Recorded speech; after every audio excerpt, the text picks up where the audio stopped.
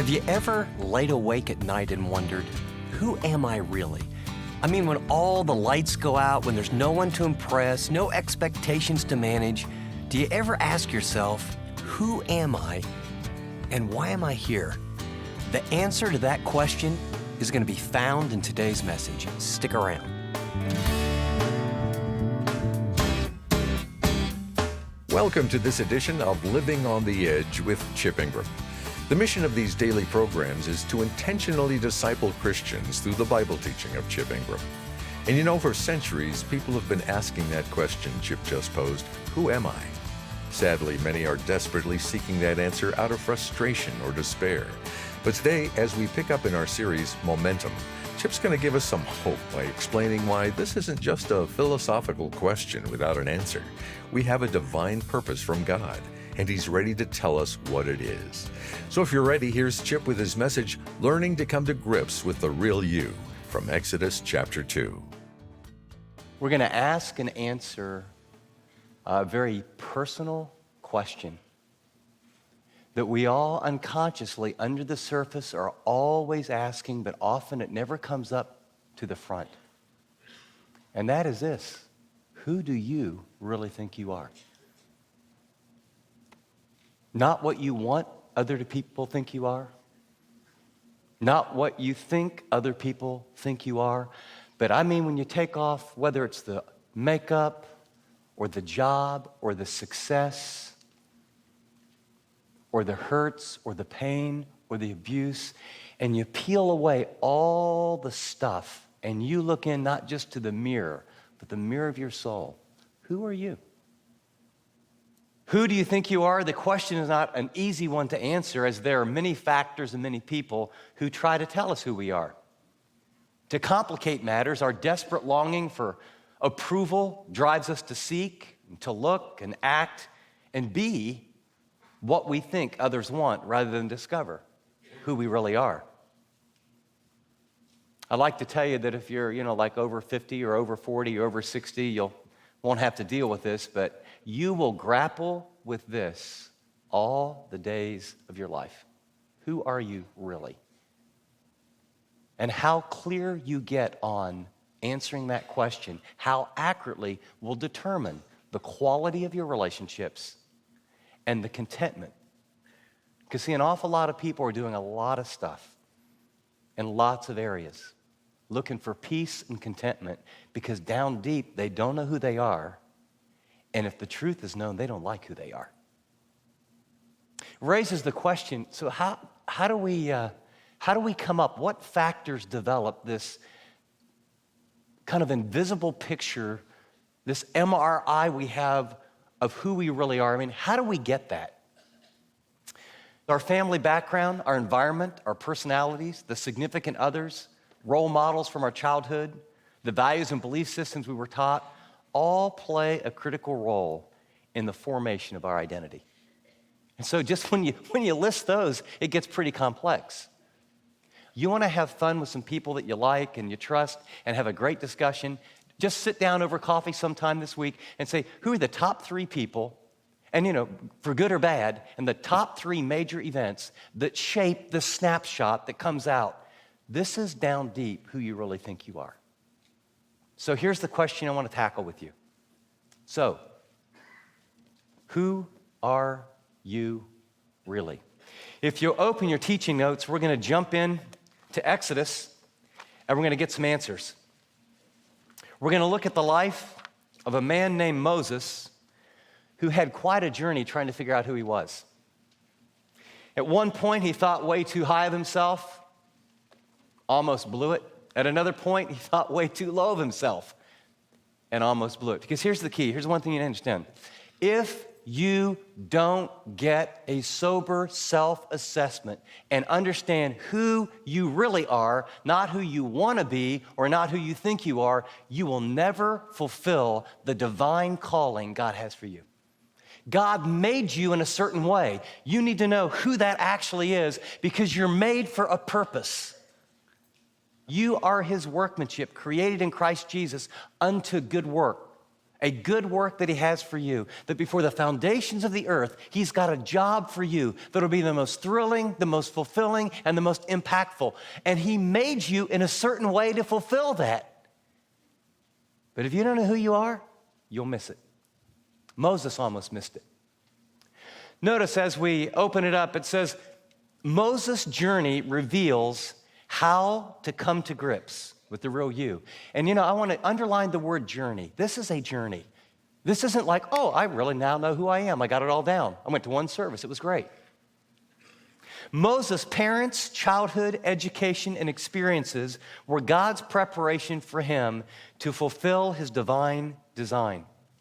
As you look in Exodus, look at chapter 2. I love the way this opens up. For those of you maybe like me that didn't grow up in the church and I never opened the Bible and I didn't know a lot of these stories, the children of Israel were in bondage in Egypt for about 430 years.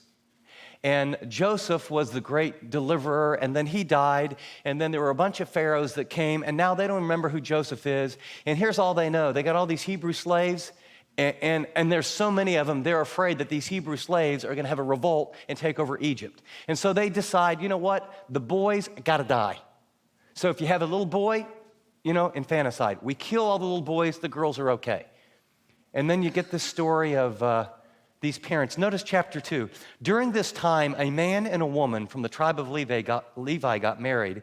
The woman became pregnant and gave birth to a son. She saw what a beautiful baby he was and kept him hidden for 3 months. But when she could no longer hide him, she put a little basket made of papyrus reeds and waterproofed it with tar and pitch. And she put the baby in a basket and laid it among the reeds along the edge of the Nile River. The baby's sister then stood at a distance watching to see what would happen. And then later we find that the baby gets adopted and he grows up as the Prince of Egypt. And he has the best of education, the best of food, the best of everything. And he becomes this very powerful leader. Now, it's interesting. What I like about this is, as we open chapter 2, during this time, how would you like your biography to read like this? A man and a woman. I mean, when God is going to introduce probably the key character of the Old Testament, and he wants to know the lineage, when he wants to know, what kind of pedigree, what kind of platform, where do you come from, what's your DNA? Well, this guy came from a man and a woman. I think that's there for purpose. I'd like you to observe that a lot went into his life. He had parents that were godly. They were willing to risk their life rather than kill him. He had parents that were risk takers. They had faith. He had parents, we'll learn because of what he does later, that was whispering in his ear who God was, Yahweh, the promises, the deliverance. And then he had parents that were willing to say, you know what? If this is God's will for you to live in Pharaoh's house, then so be it. And here's what you need to understand. Your parents, your background, your physical DNA, some hardships you went through as a kid, some difficulty, your birth order, whether you were first or second or third or sixth in the family, God sovereignly uses your parents, your background, the lows, the highs, the difficulties, the pain, the experience, all of that for a sovereign God is preparing you for your Ephesians 2:10 divine assignment. Moses would need to know all about Egypt and Pharaoh and the gods and how they thought and how they worked when he would deliver later. Moses would need a great education. Moses would need great parentage to be a risk taker and be willing to do something. All those factors made a big difference in his life. Now, I majored in psych and undergraduate and graduate work along with changing my majors and some other things, but at least it's been helpful to observe life. And when I begin to look back, and I encourage you to do this, not in some sort of, oh, I'm a victim, I came out of this background, oh, I've been through this difficult times. I'm not talking about that. I'm talking about looking at your family of origin realistically and realizing a lot of that made you who you are. And I don't know about you, my dad's name was not Jesus. My mom's name was not Mary. They were great people. My dad's dad died when he was 13. My dad at 16 and a half was in Guam, Iwo Jima. He went through horrendous things. He had nightmares until he died at 85, 86. And my dad loved me. He just didn't know how to express it. But I had to learn, okay, my dad really loved me, but the way he loved me was, I want you to be successful, because he thought being successful would make me happy. So when I got like 4 A's and a B, we had to talk about that B. When I went 2 for 4 in baseball, we had to talk about the 2 times I grounded out. Now look, son, here's what you understand. Look, you pulled your head out. Don't put your foot in the bucket. You stay down on the ball. And I'm thinking, Dad, I got 2 hits. When I got a degree, it was, well, that's real nice. When you get your doctorate? Could we have a little party or just celebrate this for 34 seconds first? Now, he loved me, and my dad was a great guy. But what I understand, built into not only the physical DNA God gave me, I came from a home where performance, excelling, and getting people's approval was the way it felt like love. Well, I had to deal with that. And I had to come to grips with my natural tendencies are a certain way. This is the family I came out of. This is the era that I grew up in. I grew up in the late 60s and the 70s, graduated from high school in the 70s. There were things going on in the world. You need to think that through. What were the values? What were the beliefs? Who were my heroes? And you don't have to overanalyze it, but you got to get clear on it. I came to a little summary apart from Christ, between my family background and the DNA that God sovereignly deposited in me. I grew up to be a highly motivated, deeply insecure, hardworking overachiever. Well, guess what? Now I know what I'm working with. So what are you working with? It was sort of hard to come to grips with, man, you are insecure. I am. But what I learned is everybody else is, they just fake it different ways than I faked it. You are. For some of you, you're not an overachiever, you're an underachiever. For some of you, your parents were laid back. I don't know what it is, but here's what you need to understand. Moses' parents' childhood education experiences were God's preparation. God wants to use it all for good. He's in control. It's true of Moses, it's true of me, and it's true of you. You're listening to Living on the Edge with Chip Ingram, and today's message is from our series, Momentum. If you've enjoyed Chip's teaching so far and are trying to apply it to your life, would you take a minute and share it with someone? You can easily do that through the Chip Ingram app or by downloading the MP3s that you'll find at livingontheedge.org. Thanks for spreading the word about how series like this one impact you. Okay, let's get back to today's program. Second, Moses' warped view, he was too high of himself, prevented him from fulfilling God's purpose for his life. Look at Exodus 2, picking up at verse 11. Verse 11, it says, many years later, in the Bible, they skip years pretty quickly. So he went from baby to 40 years old. Moses had grown up and he went out to visit his people, the Israelites, and he saw how they were doing forced labor. During his visit, he saw an Egyptian beating one of the Hebrew slaves. After looking around to make sure no one was watching, Moses killed the Egyptian and buried him in the sand. The next day, as Moses was out visiting his people again, he's got these roots, he's got these Hebrew concern, but he is the prince, he is the man, he's the next guy for the throne. He's got the wherewithal. And he sees these 2 Hebrews arguing. What are you doing hitting your neighbor like that? Moses said to the one that was in the wrong. And then get this line. I underlined this in my Bible. Who do you think you are? It's an interesting question, isn't it? Hey, who do you think you are? The man replied, who appointed you to be our prince and judge? Do you plan to kill me as you killed the Egyptian yesterday? Moses was badly frightened because he realized that everyone knew what he had done. And sure enough, when Pharaoh heard about it, he gave orders to have Moses arrested and killed. But Moses fled from Pharaoh and escaped to the land of Midian. Moses thought too highly of himself. Now, here's what's interesting, and this is true of you and true of me. Sometimes we get our assignment right. This is what I'm supposed to do, but we try and do it in our own energy. Moses basically says, here's what I put. He thought, I'm capable, I'm able, I'm educated, and guess what? I'm the prince. I'm the man. You know what? I call the shots here. There's Pharaoh, but I'm Moses. Right? Hey, what are you guys doing? And so he had confidence in himself. His warped view was he had power, prestige, and his abilities, his education, and his background gave him the right to call the shots. And he tried to do God's will, and it was God's will, his way, in his energy and his power. And because of that, this overinflated view of who he was, he almost missed it. That's true of us. I mean, you think, well, gosh, I got this education, and then I got that, and then I moved up, and then I did this, and I spent all these years, and I had this on my heart. I think my motives are right. I think Moses' motives were right. But boy, his methodology was wrong. And God had to teach him something. But sometimes we don't just have a too high view of ourselves that prevent us from fulfilling our divine calling. Sometimes it's too low. And so Moses' warped view, too low of himself, almost prevented him from fulfilling God's purpose for his life. I'm going to try and walk through very, very quickly Moses' too low view of himself. And he basically has 4 excuses. Now, you can read this later on your own. But I want you to pick it up, if you will.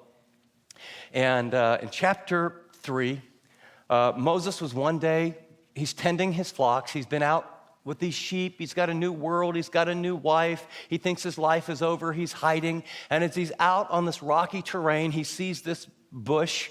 And the bush is on fire, but it's not burning. And the angel of the Lord is in the bush. And he comes near the bush. And the angel of the Lord speaks to Moses, and he says, you're on holy ground. He takes off the sandals, and he hides his face in his hands, and he's in the very presence of God, and he's overwhelmed, and what he's going to hear is, I've heard the cry of my people, and guess what? Those instincts to rescue them were right, and I'm going to use you to rescue them. I want you to go be my deliverer. Now, that's a real short overview of most of chapter 3. And then a conversation picks up. And we pick it up in, about verse 10. He says, now go. This is God speaking to Moses. For I'm sending you to Pharaoh. You will lead my people, the Israelites, out of Egypt. Now before, he was thinking, it's a snap, man. I got that covered. Now listen to him. But Moses says, but who am I? Interesting question, isn't it? Before they ask him, who do you think you are? And now it's like, well, who am I? Excuse? I'm a nobody. No one could ever use me. I'm a failure. I blew it. I'm nothing. How can you expect me to lead the Israelites out of Egypt? How many times a too low view of you has kept you from doing, it might be a real small voice, and God says, I want you to do this. I want you to introduce your neighbors to Christ. Just have them over for dinner. Well, who am I? You know what? I want you to take this step. Oh, no, who am I? Then God told him, I will be with you. Here's the solution to who am I? I'll be with you. And this will serve as proof that I've sent you. When you've brought the Israelites out of Egypt, you'll be right here on this mountain in your worship. Basically, God says, hey, who you are is not important. What's really important is who am I? And that I'm going to be with you. Well, then we get excuse number 2. Moses is not convinced, but he protested. If I go to the people of Israel and tell them the God of your ancestors has sent me, they won't believe me. They will ask, which God are you talking about? What's his name? Then what should I tell them? Excuse number 1 was, I'm a nobody. Excuse number 2 is that I'm not smart enough. But they're going to ask me questions. I don't know. I'll have these people over for dinner. If I talk to someone about the Lord here, or or if I take this step of faith. I'm just not smart enough. I didn't go to the Bible college and stuff, or as one guy told me, I've never been to college at all. I said, you run in this huge company. I'm not sure college was a really big deal for you, was it? Well, I know, but I'm sort of uncomfortable in those. Often a too low view. I'm not smart enough. So how does God answer that? God replied, I am the one who always is, or literally, I am that I am.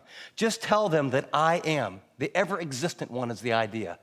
Ego eimi. Jesus will quote this later in Greek when he talks to people who think he's claiming to be God, and he'll say, before Abraham was, I am. And he reaches back into this text. The Lord, the God of your ancestors, the God of Abraham and Isaac and Jacob. You tell him I've sent you. Now go and call all the leaders of Israel and tell them, the Lord, the God of your ancestors. Skip down to verse 18. He reassures him again. Hey, you don't have to be smart enough. The leaders of the people of Israel, they're going to accept your message. And then he says, I promise even the Egyptians will treat you well. When you leave, they'll give you silver and gold. And then we skip to chapter 4 and we get excuse number 3. So God reassures him, I'll be with you, I'll take care of it. Chapter 4 then, but Moses protested again. Look, they won't believe me. They won't do what I tell them. They'll just say, the Lord never appeared to you. So, okay, let's see. I'm a nobody, so God can never use me. I'm not smart enough. Now I'm not credible. I mean, they're not gonna listen to me. I don't have the credentials. I don't have the platform. They'll never listen to me. And so God says, okay, wait, Moses, tell you what, I authenticate people by just not what they need out there someday, some way. Let me take something that's very common to you, you've used all your life. See that staff in your hand? Yeah, put it on the ground. No, really, drop it down. So he drops it down, it becomes a snake. He says, okay, I want you to grab it. This was probably very hard the very first time. I want you to grab this viper by the tail. He touches the tail, bam, it comes the staff again. He said, so like if you think you need credibility, what do you think about that one? And I think Moses' facial expression is going, man, I'm not really sure that'll work. And so God says, okay. That's plan A. Plan B, if they don't listen to that, Moses, you know that little robe you got on? Put your hand in it, okay? Yeah, good. Okay, now pull it back out. What is it? Leprosy. Oh, my lands. He says, stick it back. Pull it back out. It's gone. See, if they don't believe plan A about the staff, go with the hand. That is going to be really powerful. And then, by the way, if that's not good enough, we'll go to the Nile. I got a deal. We'll turn all of it into blood. Here's what I want you to know. Your credibility isn't the issue. You trust me and get your focus off yourself, and I'll take what you already have by my power and by my grace, and I'll use you in ways that you never dreamed. This is Living on the Edge with Chip Ingram, and you've been listening to part 1 of Chip's message, Learning to Come to Grips with the Real You, from our series, Momentum. Chip will be back shortly to share some helpful application for us to think about. You've heard us say we are on a mission to help Christians everywhere live like Christians. And that's a great vision statement and goal, but how can we practically do that? In this series, Chip shows us the way by studying the lives of 6 well-known Bible characters. Discover what we can learn from people like Abraham, Moses, and Joseph, and how their attitudes and faith in God are helpful guides for us today. You're not going to want to miss a word of this meaningful series. Our Bible teacher, Chip Ingram, is here with me in studio now. And Chip, for the past several weeks, we've asked our listeners to partner with us in the work we're involved in all around the world. And now that our mid-year match is over, you wanted to say something to everyone. Well, Dave, I just wanted to pause. To really pause and tell you from the bottom of my heart, thank you. You know, every time a person makes a financial gift, a spiritual transaction occurs. In other words, something actually happens in a person's heart. And I speak to those of you who gave, you responded, you invested in living on the edge. And I want you to know that as you've invested, we're going to invest in the lives of people here and all around the world. It really matters, and we are super grateful. Thank you, each one of you who prayed and said, Lord, what do you want me to do? And then you followed his lead. The final numbers will be on our website as soon as we get all the mail that comes in. But I just want to say thank you. Thank you so very much for hearing from God, responding to God, and for being so generous. Amen. Well, we truly celebrate every gift we've received and are excited to see how God will use it to motivate Christians to live like Christians everywhere. So from the entire staff here at Living on the Edge, thank you for your support. Well, here again is Chip to share a few final thoughts from his message. As we close today's program, I'd just like you to kind of lean back and think about what we've really said. You know, Moses, this picture in our mind of this super godly man, the most humble man in the world, the one who was a part of parting the Red Sea and all these dramatic things. And yet, he described himself, I'm slow of speech and slow of tongue, and God, I can't do this. And God said, you know, Moses, I made you exactly the way that I wanted to make you for the purposes that I have for you. And you know what's great? That's God's exact plan for you and for me. So don't buy the lie today that I'm a nobody, or I'm not smart enough, or God couldn't use me, or I have to have more education, or maybe someday or somehow. You are made and designed by the Creator of the universe to fulfill a very specific purpose. And He loves you, and He's for you. I remember learning my own design.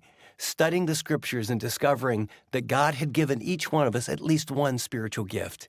And when I discovered what mine was, it opened all kinds of doors and allowed me to say yes to certain things and then say no to other things. God has equipped you for a very special purpose, and He's giving you the tools to accomplish that. We would like to help you discover what those tools are, and you fulfill the very purpose God has for you. You'll never regret it. That's absolutely right, Chip. So to help you uncover the unique gifts and talents God's given you, let me encourage you to get a copy of Chip's book, Your Divine Design. In it, you'll be reminded that you are a one-of-a-kind creation in God's eyes and have specific skills and abilities to fulfill your purpose. To order Chip's book, Your Divine Design, visit special offers on the Chip Ingram app or at livingontheedge.org. Well, thanks for listening to this edition of Living on the Edge with Chip Ingram. Next time, we'll continue Chip's series, Momentum. I'm Dave Drury, and I hope you'll join us then.